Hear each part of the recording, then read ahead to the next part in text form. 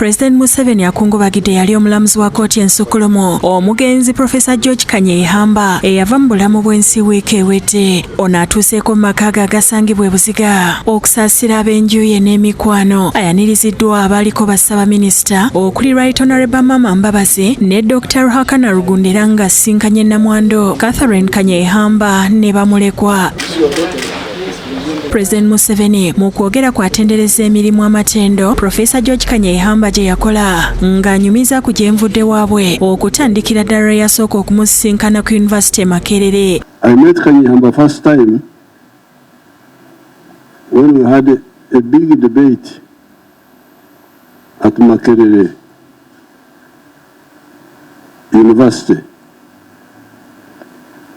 It must have been either 1969 or 70. Ategeezezza nti omugenzi yali musaale nnyo mu lutalo olwajjako n'akyemalira Idi Amin Dada n'okuleeta emirembe mu ggwanga. So when we went to fight, that's when I saw Kanyeihamba again.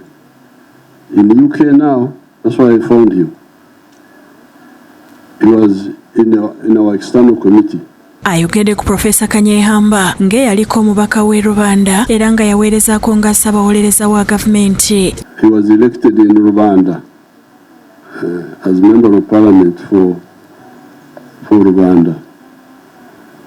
So then thereafter he continued in government, then later on as judge of the High Court. Kyokka asanyuse okusinkana abaana b'omugenzi era akinogaanyiza nti kirungi omuntu okuzaala kubanga omukululo gwe gusigalawo. Ye Nnamwandu w'omugenzi nga ye Catherine Kanyeihamba ategeezezza nti omugenzi abadde yeenyumiriza nnyo mu kuweereza gavumenti. He was very honored to be part of the government as Minister of Commerce and Attorney General, and lastly, as a Justice of the Supreme Court.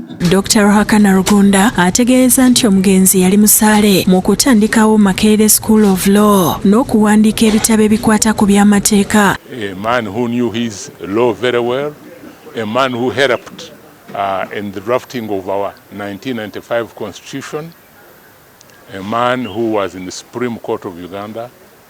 The lawyers have a lot to learn from. He also wrote many books, over 30 books. Many of these books concern law. Therefore, lawyers should read his works and should read his judgments. Mama Mbabazi naye atendereza emirimu omugenzi gyeyakola n'ategeeza nti abadde musaale mu kulwanirira obwenkanya n'eddembe ly'obuntu.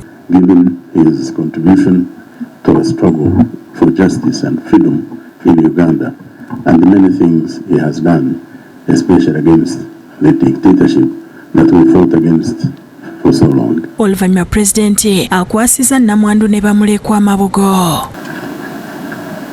Shamshad Nalujja yakusakidde ekkuliro lino ku Bukedde TV.